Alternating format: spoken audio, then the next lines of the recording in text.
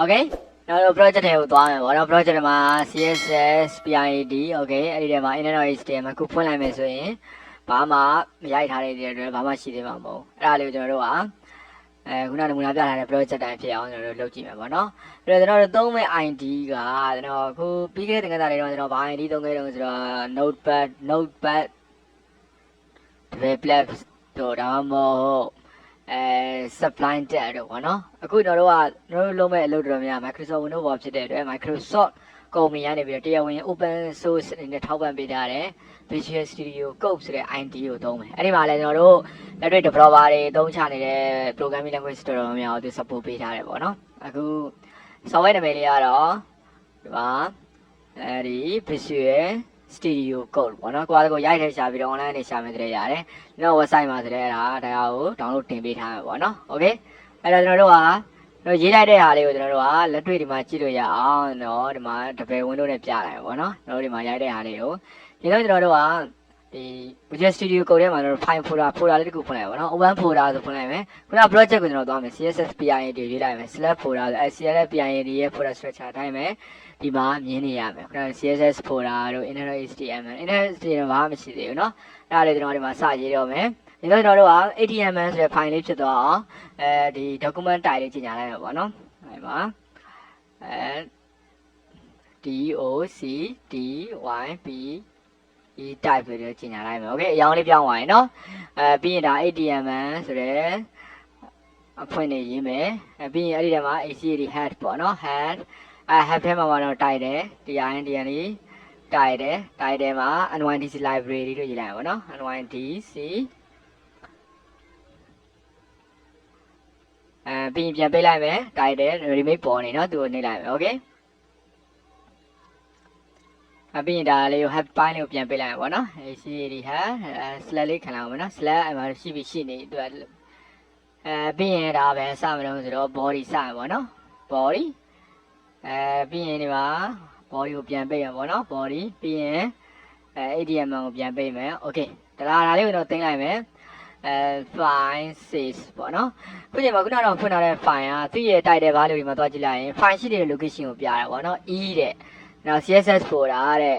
PID တွေမှာပြတယ်အခုကျွန်တော် refresh လုပ်လိုက်မယ်ဆိုအဲ့ဒီနေရာလေးဒီကျွန်တော်တို့ဒီမှာ title မှာရေးထားတယ် nydc library ဆိုတဲ့စာလေးဖြစ်သွားတယ်ဒါကတော့ html သင်ခန်းစာတော့သင်ထားတယ်ပြန်ပြီးနှွှေးရင်းနဲ့ပေါ့နော် let's project မှာလုံးဆောင်ရင်းနဲ့ပြန်ပြီးနှွှေးလိုက်တာပေါ့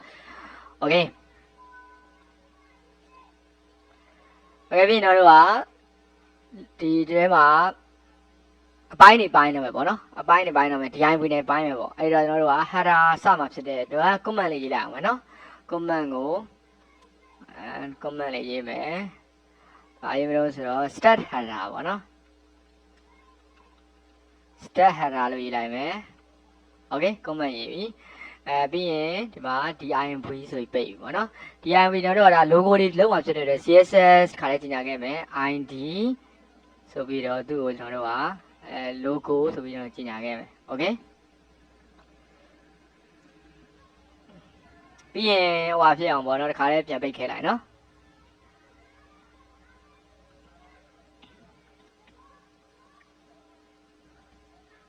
okay ဒါကျွန်တော်တို့အဲ့ဒီမှာတရားတော်ကျွန်တော်ဗာရေးမလို့ဆိုတော့ h1 နဲ့ h1 သတ်မှတ်ထားမယ်ဗာရေးမလို့ဆိုတော့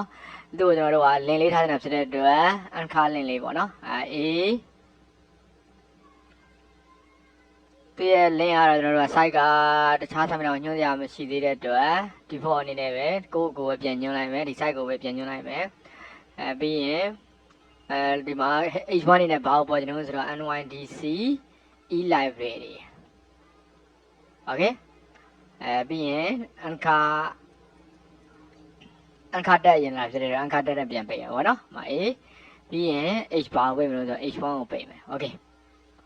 အဲ့ဒါဘာဖြစ်သွားမလို့ကြည့်အောင်ဒီမှာတင်လိုက်မယ် file sys run လိုက်မယ်။ Okay ဒီမှာ nydc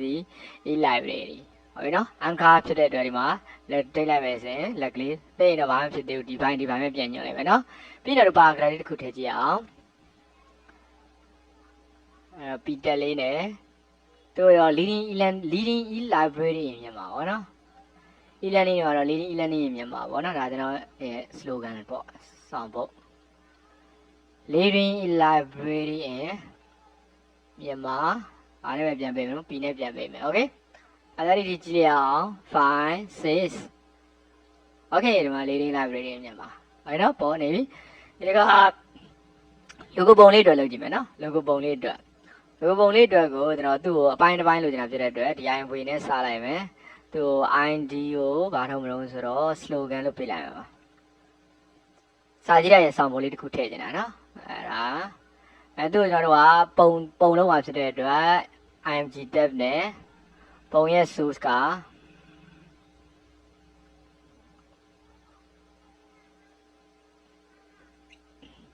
image ဆိုတဲ့ folder နော် image ဆိုတဲ့ folder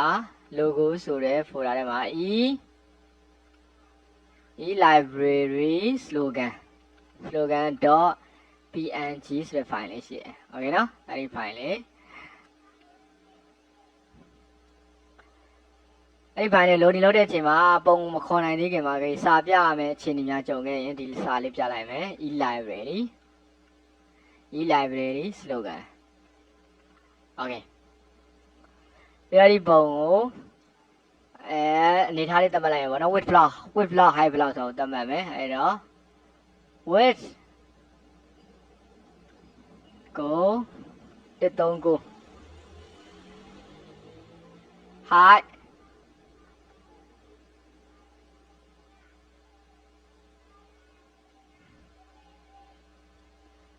height ကို61သတ်မှတ်လိုက်မယ်ပြီးရင် image ကသူ့မှာအပိတ်မပါဘူးသူ့ကိုပဲဒီတိုင်းပဲ select လေးနဲ့ပြန်ပေးအောင်ပေါ့နော်အဲ့တော့ DIY နဲ့ဆိုတာဖြစ်တဲ့အတွက် DIY လေးနဲ့ကျွန်တော်တို့ကပြန်ပေးလိုက်မယ် okay အဲ့ဒါဒီတစ်ပိုင်းဖြစ်သွားပြီနော်အသိလိုက်မယ် file sys အော် refresh လုပ်လိုက်မယ်ဆိုရင်အဲ့တော့ဒီမှာစာကြည့်တိုက်ပညာရှာသူဒိုဝိုင်းကိုစာကြည့်တိုက်ရဲ့ logo လေးအဖီအောင်ဖြစ်နေလို့ဖြိုးပါဖြိုးလို့မပေါ်သေးရနော်ပြီးမှ